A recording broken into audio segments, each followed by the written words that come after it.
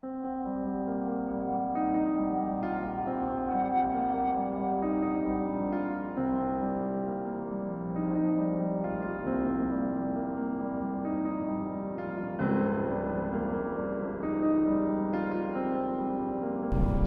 absolutna. Podobno tam nie ma ptaków. Unikają tego miejsca.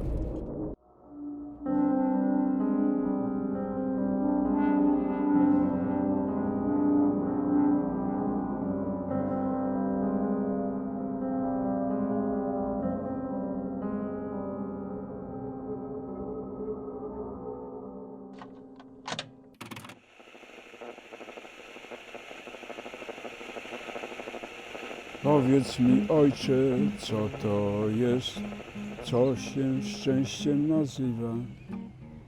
Synu, jest to owoc, który tylko wolny człowiek spożywa.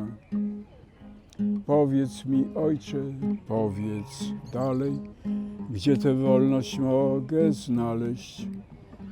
Wolność, mój synu, znajdzie każdy, kto na drogę wejdzie prawdy. Powiedz mi, ojcze, czy i ja też drogą prawdy iść mogę? Tak, mój synu, jeśli dobroć w swym bagażu weźmiesz na drogę.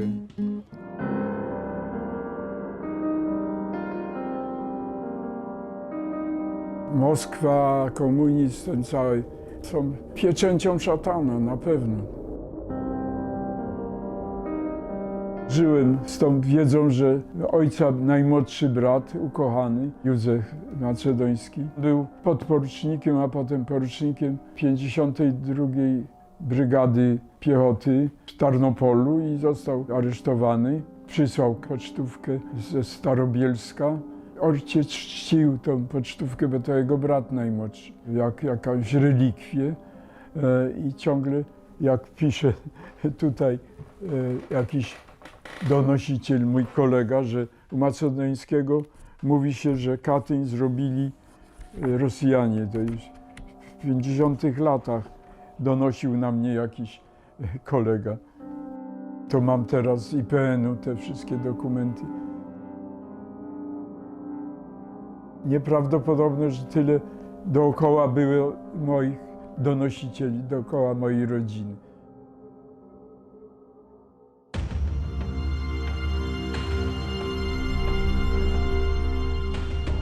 Z początku z kolegami pisaliśmy po prostu słowo Katyń po Krakowie, w budkach telefonicznych, kredą na murach.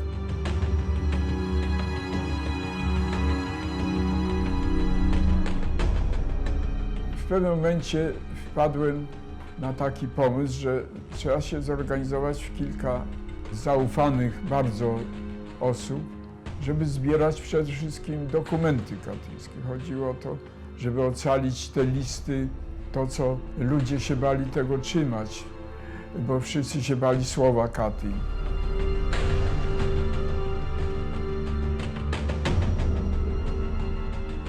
Wreszcie poznałem Stanisława Tora.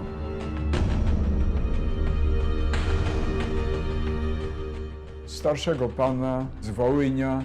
Chyba go poznałem w duszpasterstwie u Dominikanów.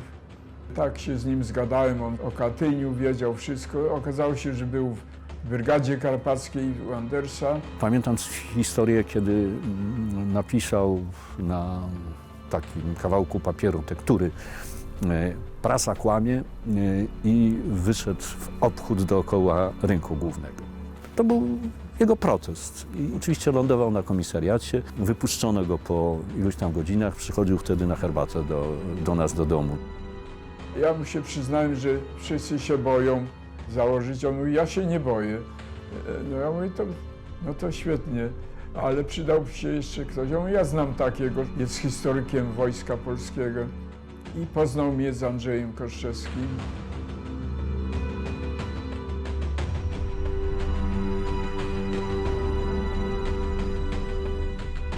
Umówiliśmy się z Torem, że on mnie z Andrzejem Koszczewskim pozna w jego mieszkaniu.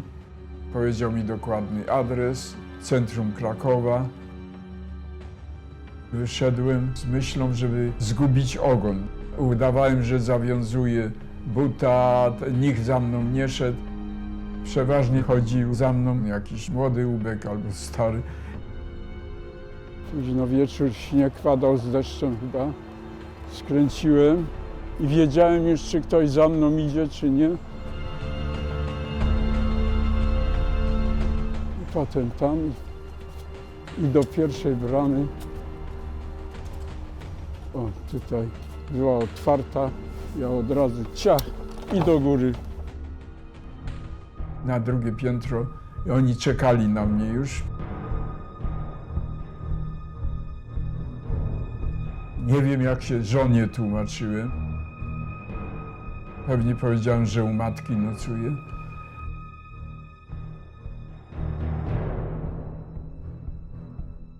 I w ten dzień do rana ustaliliśmy najważniejsze rzeczy, żeby się więcej nie spotykać w tym mieszkaniu, bo to mieszkanie miało być najbardziej chronione.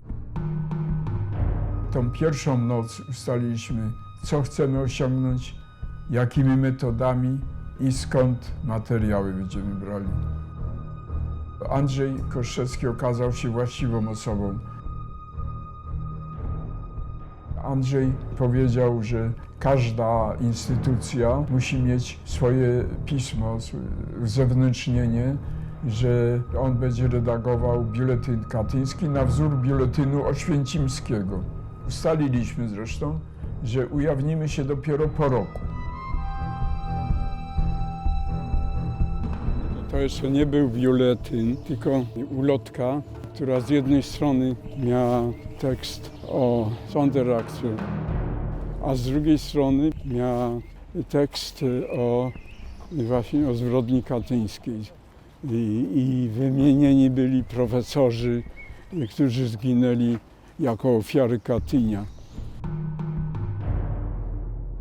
Ulotka w ilości chyba nie większej niż 30 sztuk, przebitkami przez Andrzeja na maszynie przepisana.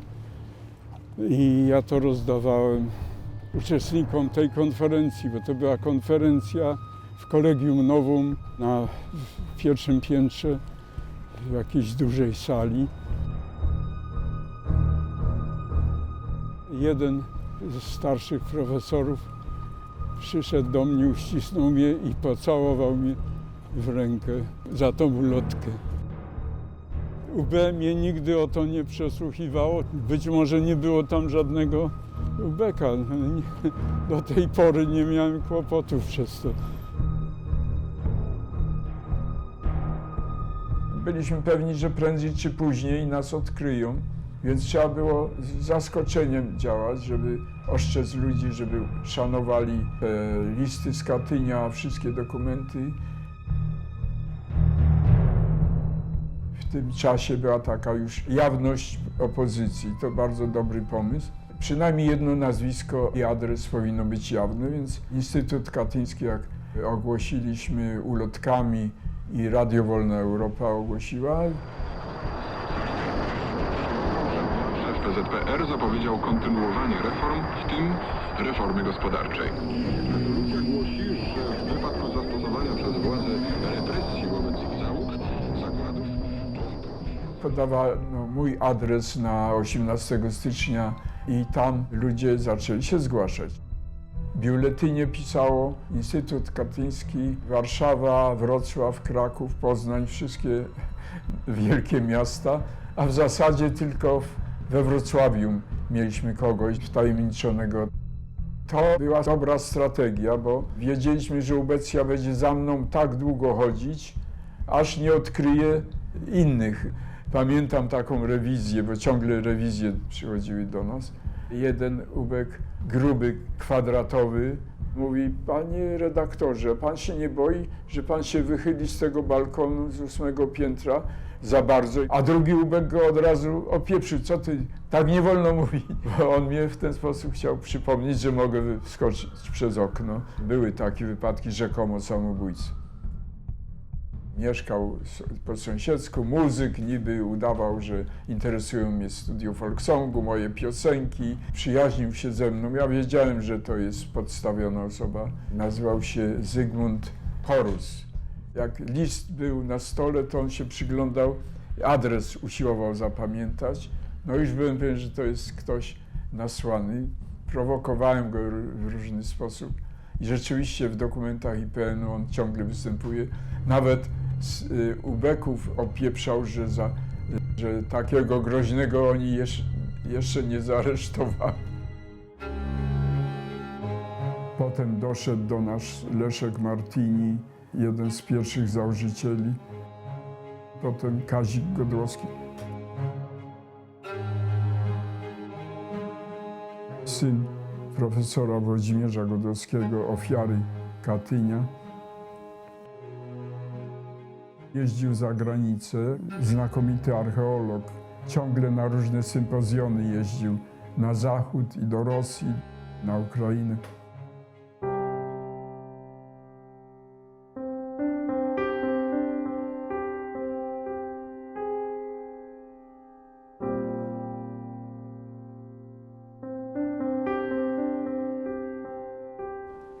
Cześć.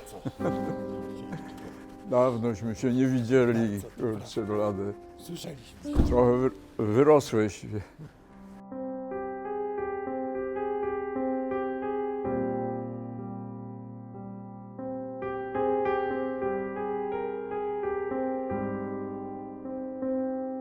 Z tatą się poznałem na studiach. Na UJ na Gołębiej studiowaliśmy historię kultury materialnej.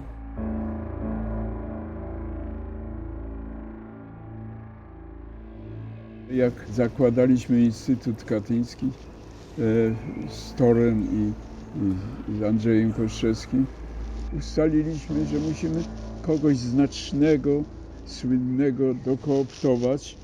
I ja pomyślałem właśnie o ojcu, że wiedziałem, że nie ma sympatii do czerwonych, to raz. Wie wszystko o Katyniu, na pewno tak wszyscy kresowiacy. I powiedziałem, że czy chcesz wziąć w tym udział.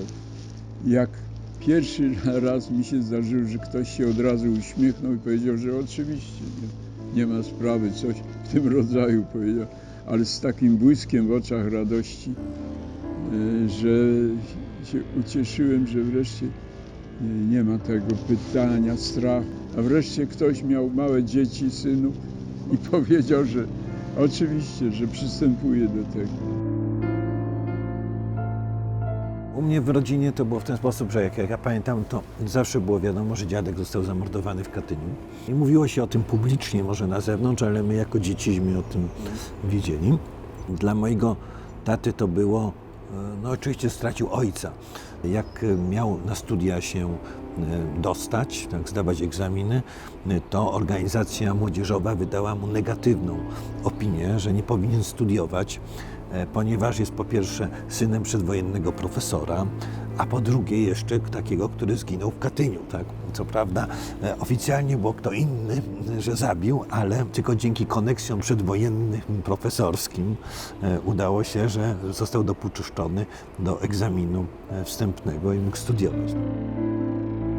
Dziadek miał jeszcze dwóch braci, obaj zaginęli. Jeden został wywieziony na Syberię i kiedy jechał do armii Andersa się zgłosić, został wyciągnięty z transportu. No i ślad po nim zaginął, no, a najmłodszy w 1939 roku usiłował przez San przejść, no bo do Rumunii się przebijali, ale został tam zatrzymany już przez Rosjan, ogarnięty na Sanie, siedział w więzieniu w Stanisławowie, z tego co wiemy, no i ubył. Tak, tylko tyle wiadomo, że ubył ze stanu więzienia.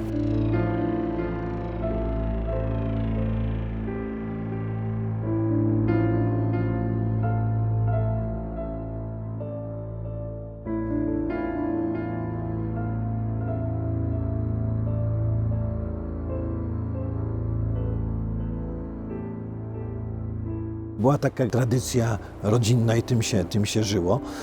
No, w pewnym momencie na pewno dotarło do mnie, gdzieś tam przeczytała nam babcia moja ze Świaniewicza to wspomnienie o dziadku, kiedy rozpoczyna rok akademicki, to jeszcze było chyba w Półtuwiu, w tym przejściowym obozie przed Kozielskiem, akcję taką edukacyjną dla oficerów. No, o tym żeśmy wiedzieli, to była ta katyńska rzecz dla nas była oczywista. Tata zresztą o tym gdzieś też mówił, opowiadał swoim studentom. Oczywiście jak pan Adam do nas przyszedł, no to znane było nam ze słyszenia, ale przede wszystkim jeżeli chodzi o Krzyż Nowochódzki. Wiedziałem, że jest to coś związanego z opozycją i z rzeczami bardzo nielegalnymi, niebezpiecznymi. Wiedzieliśmy, że coś o czymś tam mówią i coś ustalają. Natomiast, ponieważ myśmy tak byli trochę wychowani też na książkach drugowojennych, podziemia, prawda, wiadomo było, że lepiej za dużo nie wiedzieć. To był trafiony pomysł, żeby właśnie Kazimierza Godłowskiego dołączyć do twórców Instytutu, bo tylko 5 jest twórców i ktokolwiek teraz, bo są tacy działacze znani, że mówią, że tworzyli Instytut. Gówno, prawda? Tworzył Instytut Koszczewski, Tor, Macedoński, Godłowski i Martini. Tylko 5.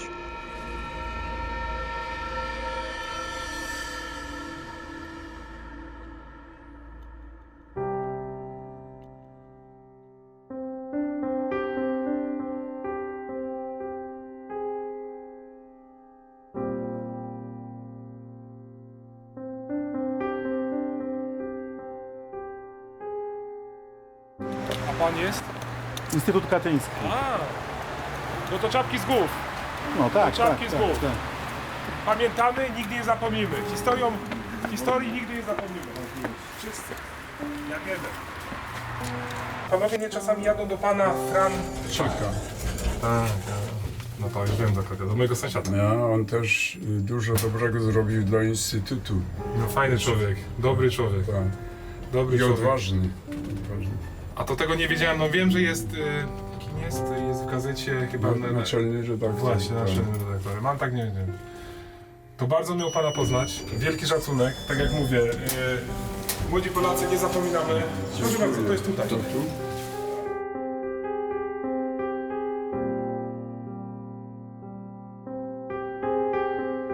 Z opozycją zetknąłem się po tym, jak Staszek Piast został zamordowany. Ja wtedy studiowałem filozofię. No i oczywiście wtedy już miałem kontakt z tym środowiskiem SKS-u. Drugą taką osobą, która ze mną się kontaktowała, to był mój taki stary przyjaciel, kolega jeszcze z duszpasterstwa akademickiego, Wojtek Sukiennik, który mieszkał na osiedlu obok. No i to był rok 77, kiedy się to wszystko wydarzyło. Pół roku później Wojtek mi mówi, że przyjedzie do niego Adam Macedoński, wiesz, i czy bym nie zajrzał. To był jakiś początek 78 roku. No i pamiętam, że poszedłem do niego, ty wtedy przyszedłeś i kilka razy żeśmy się spotykali i w pewnym momencie ty zacząłeś opowiadać o obronie Krzyża w Nowej Hucie. No bo ja brałem udział przez... Nie no właśnie, właśnie, ty byłeś jednym z uczestników tych wydarzeń i wtedy zrodził się taki pomysł, żeby wśród mieszkańców Nowej Huty jakoś przywrócić pamięć o tej obronie tego krzyża. Wtedy powołaliśmy taką pierwszą w Nowej Hucie grupę opozycyjną, Chrześcijańską Wspólnotę Ludzi Pracy, która właśnie między innymi miała się zajmować wydawaniem takiego podziemnego, niezależnego pisma Krzyż Nowochódzki. Twoją takim oczkiem w głowie był Katyń zawsze. No i pamiętam, że też przyniosłeś kiedyś taką propozycję, żebyśmy wydrukowali na przykład raporty katyńskie ambasadora Amaleja. Wydaliśmy też jeszcze biuletyn katyński, to żeśmy drukowali dla was. Wydrukowaliśmy też tą sztandarową pozycję Zbrodnia katyńska w świetle dokumentów. Przedmową generała Andersa, to była naprawdę gruba książka. Mówiąc takim językiem trochę dzisiejszego marketingu takiego wydawniczego, to był hit wydawniczy.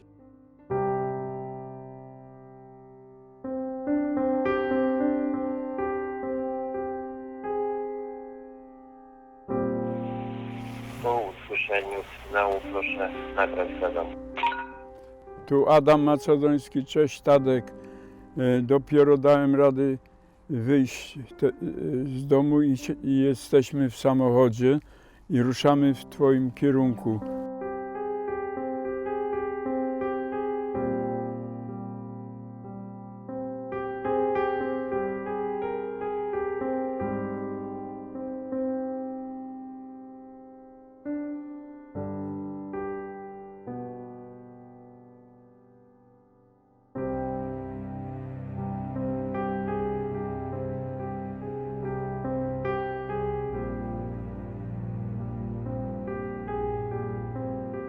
Pierwszy raz nie tyle usłyszałem, co zobaczyłem rysunki Adama Macedońskiego, nie znając go w ogóle wtedy.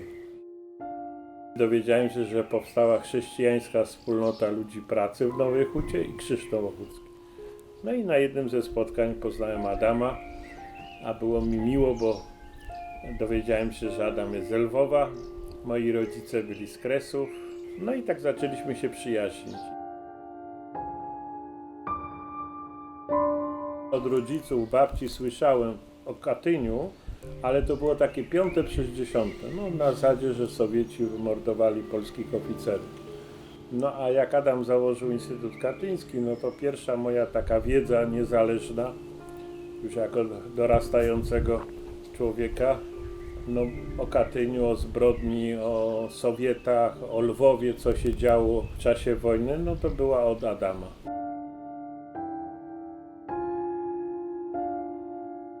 To było zrzucenie się z motyką na słońce. Pamiętam, że w wojsku musieliśmy czytać jakieś takie książeczki, gdzie właśnie było, że to Niemcy, że udowadniają, jakiś tam wielki uczony radziecki udowadniał, że to Niemcy. Więc taki aparat kłamstwa, a tu paru ludzi, którzy z motyką na słońce twierdzą, że to jest kłamstwo. Kłamstwem założycielskim PRL-u było to, że ludobójstwa, bo to też była zbrodnia ludobójstwa, w Katyniu dokonali Niemcy, a nie Sowieci. Większość społeczeństwa wiedziało, że Sowieci kłamią. Może nie znali szczegółów, nie do końca wiedzieli, jak to w ogóle się działo. Ale to, że wymordowali i wywieźli na Sybir, to było powszechne przekonanie. No ale tutaj było dokumentowanie, to już były broszurki tutaj, Instytut, to było uświadamianie młodych ludzi. No ja jestem tego najlepszym przykładem, że dowiedziałem się o szczegółach, jak to było, gdzie to było i tak dalej, dopiero właśnie od Instytutu. To są autentyczni męczennicy, patrząc od strony państwowości polskiej, co nie zmienia faktu, że dla Kościoła katolickiego też są, bo zginęli księża, zginęli bardzo prawi ludzie. To była zbrodnia niepowtarzalna w tym znaczeniu, że to było wystrzelanie elit.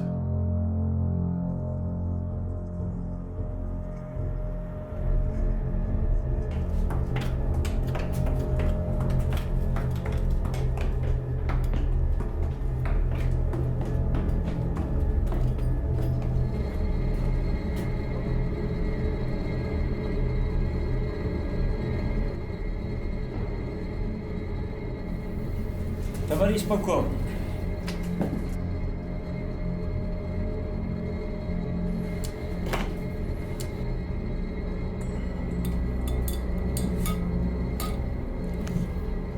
Как твоя фамилия, товарищ?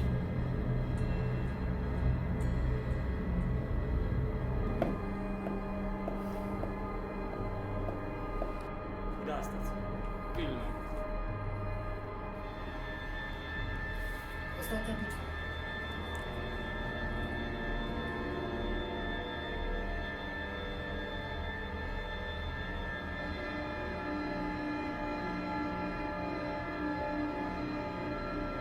Давай! Твою мать!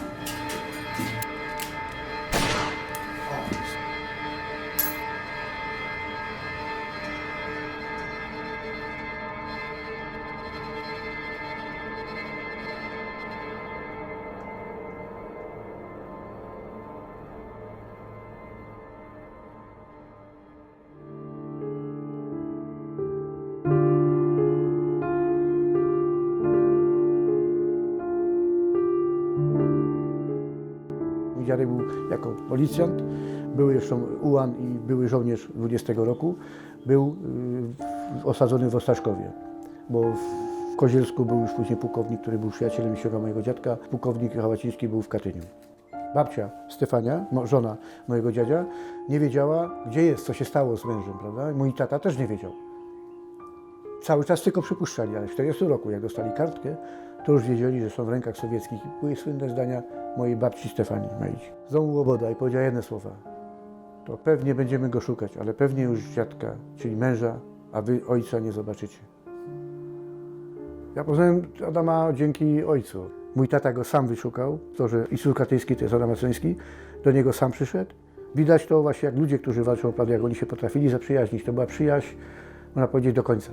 Mój ojciec pomagał mu właśnie w rozpowszechnianiu tej bibuły, w rozpowszechnianiu prawdy o Katyniu. Mój ojciec świętej pamięci, Mieczysław, dostawał od Adasia takie oto biuletyny. Na maszynie ręcznej pisane, oczywiście papier, wszystko oryginalne. Nawet dość taki za komuny papier, że on do tej pory wytrzymał. I co musiała być, jaka taśma ta do maszyny do pisania, jak to ładnie do tej pory utrzymane. Dostawał kilkanaście sztuk, bo to dużo tego Adaś nie robił, ale moja mamusia świętej pamięci była tutaj kierowniczą księgowości bezpartyjną w Wójcie Skawinie. Przedrukowywała to, tak samo pisząc na maszynie i rozprowadzali. Dlatego ta prawda, dzięki Adamowi, dzięki mojemu tacie, mamie, wujkowi czy innym, którzy działali i walczyli o Polskę, bo cały czas walczyli, narażali się, dzięki nim nie bali się, rozprowadzali tą bibułę i tu Adamowi trzeba podziękować, bo Adam jednak potrafił pisać. Dostałem sygnał z Warszawy, że materiały jakieś ktoś drukuje. Pojechałem do współpracownicy KOR-u, pani Marii Dodziuk. Tam się okazało, że Staszewscy chcą się ze mną spotkać. Poszedłem tam. Ona mi pokazała linoryt Matki Boskiej Katyńskiej. Ja byłem zachwycony tym i powiedziała, że daje to Instytutowi. To jest dzieło graficzki Danuty Staszewskiej, warszawskiej graficzki już nieżyjącej. Stworzyła świetny wizerunek dotyczący zbrodni katyńskiej, czyli Madonnę, Matkę Boską, która trzyma głowę, czaszkę żołnierza polskiego przestrzeloną z tyłu głowy. Bardzo ekspresyjny, graficzny sygnał tej zbrodni właśnie. To jest ważne dla Instytutu, że to będę powielał, tylko czy mam ujawnić autorkę. Ona mówi, niech pan zdecyduje, że ona się nie boi, bo już to wystawiała na wystawie grafiki jako Matkę Boską rozstrzelanych i cenzura przełknęła to jako rozstrzelanych przez hitlerowców oczywiście. Wziąłem ten linoryt, przywiozłem do Krakowa olbrzymią walizę ciężką i wychodzę z dworca, a tu jest noc, 5 rano, śnieg pada. Ja z tamtej strony szedłem, tunel był węższy, ta postać stała tu w tym miejscu, zaraz za rogiem, zaraz. Czym bliżej było, tym bardziej widziałem szczegółowo, czyli błyszcząca skóra, głowa z rogami, kopyto i jak przechodziłem, tak starałem się przy tej ścianie odwrotnej jak najdalej od tej postaci, po prostu nieruchomo stał i się patrzył na mnie. I ja tak przechodząc, jak już się znalazłem mniej więcej w tym miejscu, to już byłem pewny, że on mnie nie zaatakuje i może nawet odetchnąłem, ale miałem mokre plecy, po prostu woda mi do gaci z pleców ze strachu leciała. Niosłem ten rulon oczywiście. Doszedłem do ulicy ówczesnej 18 stycznia, gdzie mieszkałem. Wchodzę do klatki schodowej, a winda jest otwarta. Mieszkałem na ostatnim piętrze. Winda otwarta, tak jakby czekała na mnie. I to mnie przestraszyło. Na piechotę wszedłem, żeby nie jechać windą. I doszedłem na 8 piętro i zapukałem do drzwi, spocony ze strachu i z wrażenia. Zbrodnia katyńska ma cechy satanistyczne i to mnie przeraziło, że to być może prawdziwy szatan stoi. Dlatego jakbym był młodszy czy słabszy, to bym zemdlał ze strachu, ale tylko skończyło się na tym, że pociekło po plecach pot, no i nogi miałem miękkie strasznie. I przeszedłem, ale czułem to, zapach piekła.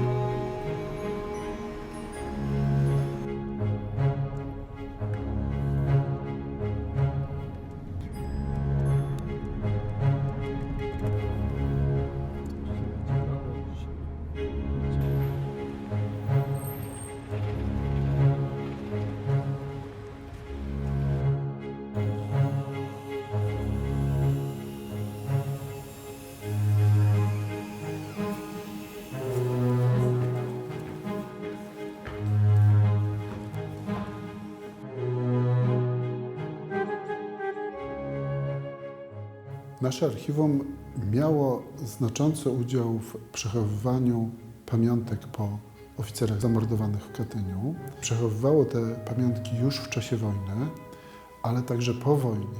Wiązało się to oczywiście z ogromnym zagrożeniem, niebezpieczeństwem ze strony Urzędu Bezpieczeństwa. Profesor Marian Friedberg z archiwistami chował te pamiątki. Później, po wojnie w 1946 roku przekazał go do krakowskiej kurii, tak by mogły ocaleć i rzeczywiście one ocalały. Te rzeczy, które ja mam, to są rzeczy zebrane przeze mnie, przez Instytut Katyński, przez moich kolegów, w tej chwili 2. Nie żyje, Tor nie żyje, Godłocki nie żyje, jeszcze Koszczewski żyje. Martini niedawno umarł. Ja jeszcze żyję i dzięki temu tuśmy się spotkali.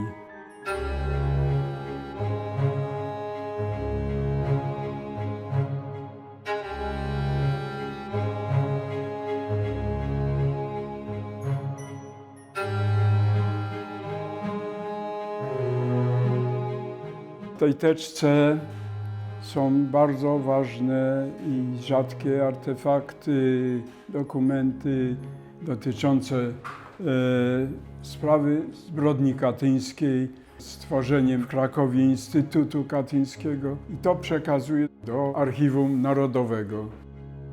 Kolekcja pana Adama Macedońskiego dotycząca Instytutu Katyńskiego, przekazana właśnie do Archiwum Narodowego, będzie wykorzystywana w naszej działalności edukacyjnej i popularyzatorskiej.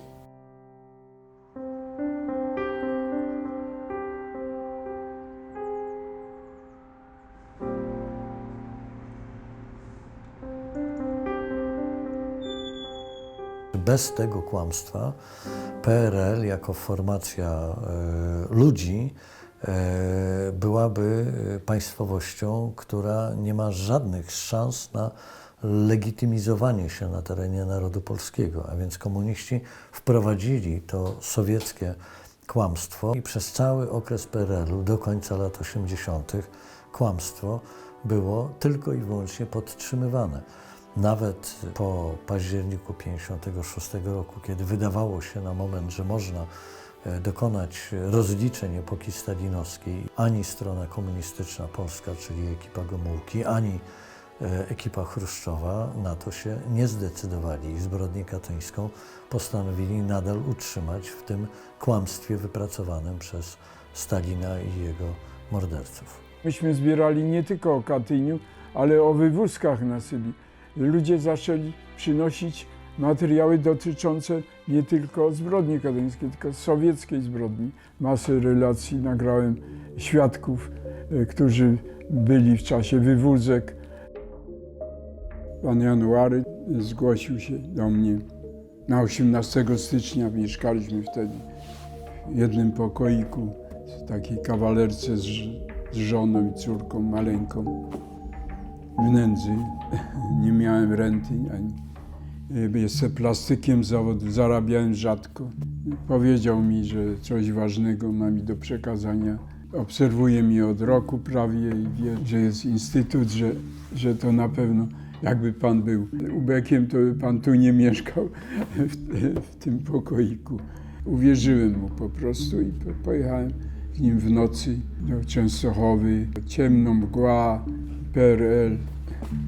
Sięgaliśmy z matką jego i z nim na Matkę Boską Częstochowską, że nikt się nie dowie, niepowołany, o czym tu będziemy mówić, dopóki Polska nie będzie wolna i nie będzie można bez strachu ujawnić to. I potem mi opowiedzieli, trochę matka opowiadała, trochę on. Proszę może teraz mówić o tym wyjeździe męża. Wysłali go do Rosji na wystawę rolniczą. Ojciec był agronomem z zawodu. Został zaproszony do Moskwy. I akurat on dojechał do Moskwy, jak Niemcy się rzucili. Hitler zdradził Stalina i szli tempem. Wojska sowieckie się poddawały zaskoczone. I on się przeraził o swoją rodzinę. Uciekł z tej delegacji, przeszedł przez front. I przechodząc przez Katyń, nie miał gdzie się przespać. I jakieś, to na wschodzie było popularne. Można było zapukać w okno, czy można się w stodole, czy gdzieś przenocować, bo nie mam gdzie. I rano wstał też wcześniej, klęknął się, modlił. I ta kobieta powiedziała, że go odprowadzi do autobusu, czy na gdzieś. I mu opowiedziała, że tutaj w tym lesie oficerów polskich rozstrzeliwali. Powiedziała, jak to ona widziała, jak podwieźli oficerów polskich, pięknych chłopaków, powiedziała, młodzi. Potem brali oni ich tam do środka, a później,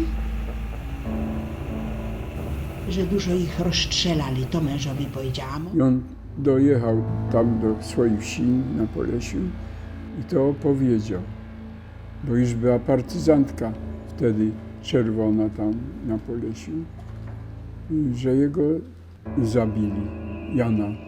Albo Niemcy, albo ci partyzanci sowieccy. No i to wszystko ja wysłuchałem, nagrałem i to jest nagrane.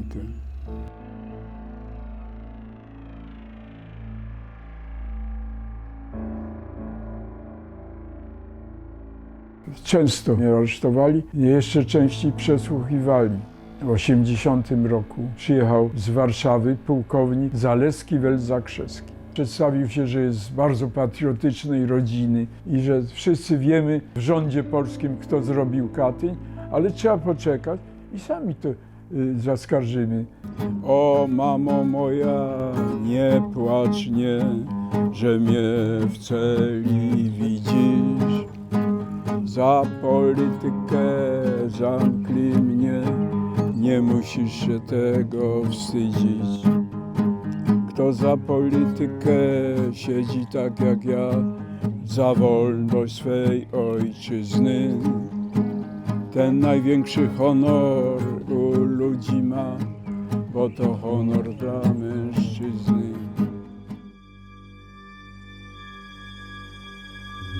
Rada Państwa w zgodzie z postanowieniami Konstytucji wprowadziła dziś o północy stan wojenny na obszarze całego kraju.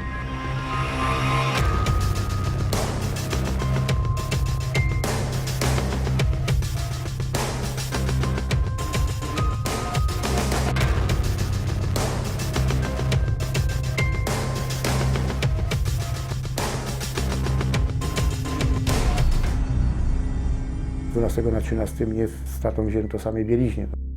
Wszystkich wysadzono w Wiśniczu, nas tylko 2 wzięto. Było to, że będziemy rozstrzelani, prawda? Mój ojciec nawet klękliśmy, ojciec mówi, synu, przygotuj się, będziesz tak jak dziadek zamordowany, szczerze w tył głowy. I nawet jak my się zaczęli modlić, wtedy milicjant, który nas pilnował w tej budzie milicyjnej, rozpłakał się. Tam też jednostki, jak się znajdowały, to podkreślam, bo czasem nawet wśród tych zbrodniarzy, czasem się jednostka znajdzie, która ma troszkę sumienia, prawda? Ale to jest rzadkość. Nagle przyszedł 13 grudnia, prawda, którego się nikt znaczy czuć było w powietrzu, że coś się będzie działo, no ale dla mnie to było totalne zaskoczenie. Gdzieś była godzina 11:30, ktoś puka do drzwi, pytam kto, no się okazuje, że milicja. Zgodnie z tym, czego byłem nauczony przez ostatnie lata, powiedziałem, żeby przyszli rano z nakazem prokuratora, to im otworzę, prawda? Teraz jest noc i koniec. No i powiedzieli mi, że wyważą drzwi, jeśli nie otworzę. Odeszli. Ja już byłem zdenerwowany, wtedy już sobie zrobiłem herbatę. Po północy pukanie z powrotem, no i żebym otwierał, widziałem taki łom, jak mają do ściągania opon w samochodach. Po prostu wywali, razem z drzwiami weszli, no i to nawet z bronią, no bo nie wiedzieli, jak ja się będę zachowywał. No ale ja już po prostu siedziałem tylko we fotelu, piłem herbatę i czekałem, co się będzie działo. Weszło ich chyba 2 albo 3 w cywilu, pod oknami stało 2 mundurowych.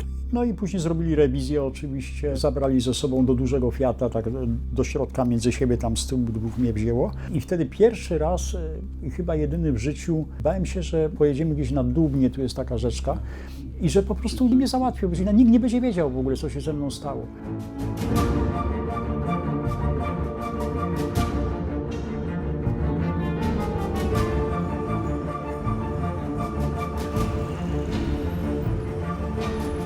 Adama poznałem przed powstaniem Solidarności. On był założycielem KPN, do którego ja przystąpiłem. Już wtedy był bardzo znaną postacią w opozycji, owianą pewnego rodzaju legendą. W stanie wojennym byliśmy oba internowani. W pewnym okresie siedzieliśmy razem w jednej celi. To był początek 1982 roku. Adam był bardzo dobrym kolegą więziennym, jeżeli mogę tak powiedzieć. Wyluzowany, spokojny, wesoły, a przede wszystkim optymistycznie nastawiony do tego, co nas otaczało i optymistycznie myślący o naszej przyszłości. W związku z tym, że była duża różnica wieku między nami, ja miałem 20 lat czy 21, a on miał około 50, to patrzyłem, jak on się zachowuje i był dla mnie pewnego rodzaju wzorem. Starałem się postępować podobnie.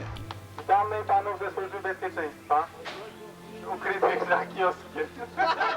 Adam cały czas prowadził różnego rodzaju działalność protestacyjną, między innymi głodówki, ale też pamiętam, że kiedy zbliżała się rocznica zbrodni katyńskiej, to on na drzwiach, które były ciemnoszare, mydłem, no bo nie było żadnych innych środków, wypisał, kogo Rosjanie wymordowali w Katyniu. I okazało się, że wśród różnych służb i różnych oficerów różnych wojsk Rosjanie wymordowali tam też strażników więziennych. Więc w związku z tym zainteresowało to naszych klawiszy.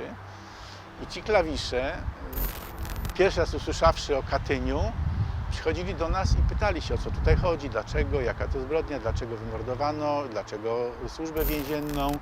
I w ten sposób Adam prowadził działalność oświatowo-dydaktyczną wśród klawiszy w Załężu.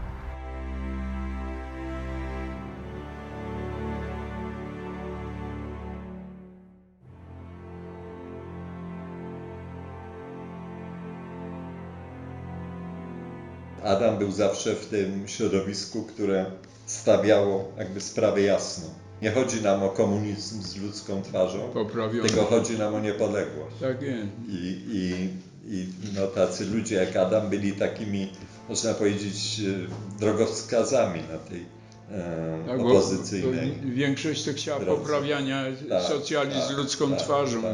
Żeby troszkę, prawda, popuścili. A jak kończyły się lata 80., no to myśmy byli przeciw Okrągłemu Stołowi, czy tym dogadywaniu się z komuną. Choć potem wydaje mi się, że obaj angażowaliśmy się w kampanię wyborczą, tą pierwszą, te wybory kontraktowe, no bo skoro już można wyrwać ten kawałek, no to wyrwijmy go i wyrwijmy jak najwięcej. I to się udało. Ile dobroci mam wziąć ze sobą, aby wędrować prawdy drogą. Waga dobroci tyle wyniesie, ile odwagi ma ten, co ją niesie. Lecz odwaga ta, mój ojcze, do czego będzie służyć? Odwaga prowadzi drogą prawdy tego, kto do szczęścia dąży. Powiedz mi, ojcze, co to jest, co się szczęściem nazywa? Synu, jest to owoc, który tylko wolny człowiek spożywa. Wreszcie po latach po tym wszystkim, to, że ci ludzie byli uparci, że przeżyli tą prawdę, narażali siebie, swoje rodziny na niebezpieczeństwo zamordowania, jak i represji, mimo wszystko ta prawda ujrzała światło dzienne po 1989 roku i tym ludziom trzeba być wdzięcznym, szczególnie Adamowi, bo wtedy pod swoim nazwiskiem, swój adres podany, bo Adaś podawał swój adres, gdzie mieszka, prawda, i żeby się do niego ludzie zgłaszali, dokumenty przekazywali o zbrodni katyńskiej, no, narażał się najbardziej. W komunie była jedna sprawa, która była bezwzględnym tabu, o której nie wolno było mówić, pisać i myśleć. To był Katyń. Dlatego, że to był taki sprawdzian dla komunistycznego reżimu w Polsce, że jest lojalny wobec Moskwy. I jakikolwiek tutaj rysa czy pęknięcie wywołałoby natychmiast reakcję Moskwy. Pamiętam czasy na Uniwersytecie Jagiellońskim, w Collegium Novum, wykład z historii wybitnego profesora, który spokojnie do 60 czy 70 studentów studiów historycznych mówił, że Katyń no to Niemcy zrobili, prawda? I on doskonale wiedział, to przecież nie był kretynem, prawda?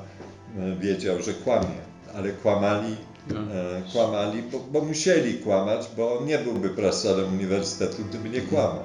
Bo robili to dla Polski, przekazywanie pokoleniom prawdy, żeby ona nigdy nie została schowana pod dywan, żeby o tej prawdzie, o tych zbrodniach wiedział cały naród. I to robili za własne pieniądze, z własnych środków i to trzeba docenić. Instytut Katyński dla mnie, ten w Krakowie stworzony przez Adama Macedońskiego, to jedna z najważniejszych inicjatyw. Właśnie ta część oporu z lat 70. i 80., która wiąże się z odkrywaniem prawdy o Katyniu, ta część tej naszej tradycji jest z dzisiejszego punktu widzenia jedną z najważniejszych. Rola Instytutu Katyńskiego w Polsce jest trudna do przecenienia, ponieważ ci, którzy działali w Instytucie, no, mieli jeden cel – przekazać Polakom prawdę o tych strasznych wydarzeniach, jakie miały miejsce na terenach tych sowieckich obozów. Rola Adama Macedońskiego również jest wyjątkowa, ponieważ był osobą kluczową, jeśli chodzi o funkcjonowanie Instytutu Katyńskiego. Instytut Katyński i Adam Macedoński przyczynili się w sposób wyjątkowy do tego, że prawda o tych strasznych wydarzeniach dotarła do Polaków. Bez Adama Macedońskiego prawdopodobnie długo jeszcze byśmy o tym nie mówili, a prawda byłaby ukryta. Jak można im podziękować? No, myślę, że oni sobie na pewno zasłużyli na to, żeby ludzie o nich pamiętali. Pamięć to jest coś bardzo ważnego i jeżeli my o nich zapomnimy, to kiedyś, jak będziemy chcieli, żeby o nas pamiętali, to i o nas zapomną. Ja myślę, że to jest bardzo ważne, żeby po prostu tą pamięć o nich budować, żeby było dla nich miejsce w historii. Instytut powstał po to, żeby ujawnić prawdę o Katyniu. Wydaje się, że w pewnym mierze udało się to zrobić, w Polsce przynajmniej. A na świecie to już zależy od naszych elit, czy dotrze prawda o Katyniu, czy dotrze do świadomości świata. To jest nasz testament, uważam. Żyje jeszcze Koszczewski, Andrzej i ja. Uważamy, że zrobiliśmy coś dobrego dla Polski i dla świata, ujawniając tą prawdę o Katyniu. To tyle.